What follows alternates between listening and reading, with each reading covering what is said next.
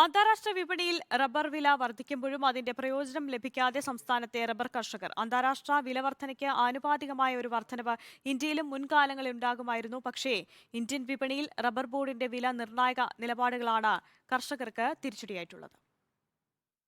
Indian വിപണിയിൽ റബ്ബറിന് വ്യത്യസ്തമായ രണ്ട് വിലകളാണ് റബ്ബർ ബോർഡ് പ്രഖ്യാപിച്ചിട്ടുള്ളത്.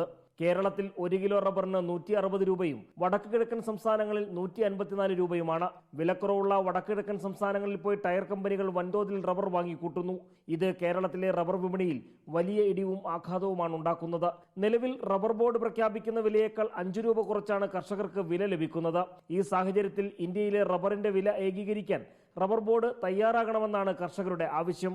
റബ്ബറിന്റെ വില ഇന്ത്യയിൽ ഏകീകരിക്കാൻ ആവശ്യമായ നടപടികൾ അത് ഇന്ത്യയിലെ വിവിധ ഭാഗങ്ങളിൽ കർഷകർ നിരന്തരമായി നോർത്ത് ഈസ്റ്റിലും ആവശ്യപ്പെട്ടുകൊണ്ടിരിക്കുന്നതാണ്. കേന്ദ്ര സർക്കാർ അടിയന്തരമായി ഇടപെട്ടുകൊണ്ട് ഇന്ത്യയിലെ റബ്ബറിന്റെ വില ഏകീകരിക്കാൻ ആവശ്യമായ നടപടികൾ സ്വീകരിക്കണം. കർഷകർക്ക് ആശ്വാസമായ റബ്ബർ വില സ്ഥിരതാ പദ്ധതിയും പ്രതിസന്ധിയിലാണ്. ബില്ലുകൾ അപ്ലോഡ് ചെയ്യാനുള്ള വെബ്സൈറ്റ് നിലച്ചിട്ട് മാസങ്ങൾ പിന്നിട്ടിട്ടും യാതൊരു നടപടി ഉണ്ടാകാത്തതും കർഷകർക്കിടയിൽ ആശങ്ക ഉയർത്തുന്നുണ്ട്.